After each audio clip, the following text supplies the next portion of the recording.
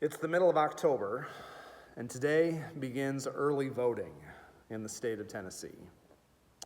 From now up until the first Tuesday in November, we will hopefully, all of us, cast our votes for our choice for all those candidates who seek our votes at the national, state, and local levels. No matter who we vote for, I think all of us would have a prayer for all of those candidates who do get elected and begin their terms of service in the new year. That prayer might be centered on something that Frederick Buechner, the noted pastor and author, wrote decades ago, an entry titled Politics that was included in a couple of different works that were published. Again, this is titled Politics, and this is the words of Frederick Buechner. You can't help wondering what would happen if a person running for the presidency decided to set politics in the flag-waving, tub-thumping, axe-grinding sense aside, and to speak instead, candidly, thoughtfully, truthfully, out of his or her own heart. Suppose a candidate were to stand before the reporters and the TV cameras and the usual bank of microphones and say something like this: "The responsibilities of this office are so staggering that anybody who doesn't approach them with knees knocking is either a fool or a lunatic. The literal survival of civilization may depend on the decisions that either I or one of the other candidates make during the next 4 years. The general welfare and peace of mind of millions of people will certainly depend on them. I'm only a human being. If I have my strengths, I also have my weaknesses. I can't promise that I'll always do the right thing for this country.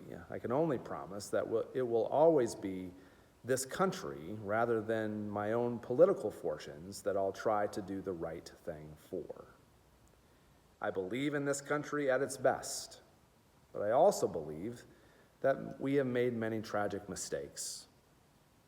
I believe that the survival and well-being of the human race as a whole is more important than the partisan interests of any group of people."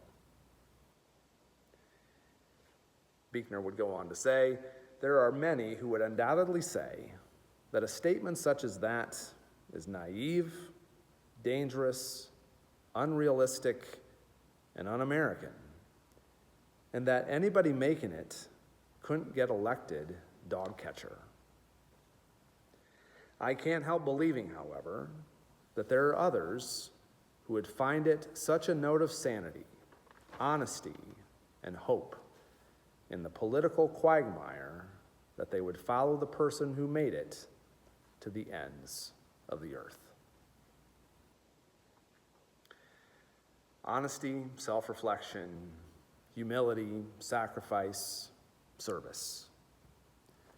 We know somebody who demonstrated those things in his own leadership: Jesus Christ himself, who in so many different and vivid ways portrayed himself accurately as a leader who served other people and put the other's interests ahead of his own. Who can forget Jesus around that table that he had with his disciples at the Last Supper, bending down and washing his disciples' feet?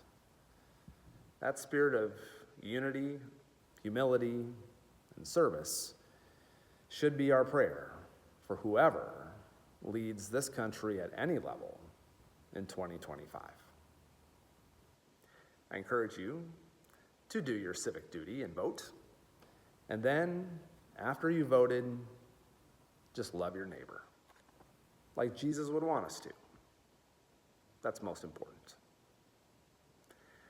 Look forward to seeing you in worship on Sunday at 9 o'clock or 11 o'clock. 9 o'clock outside for a couple more weeks at least, weather permitting, and inside here at 11 o'clock in the sanctuary. Until then, have a blessed week.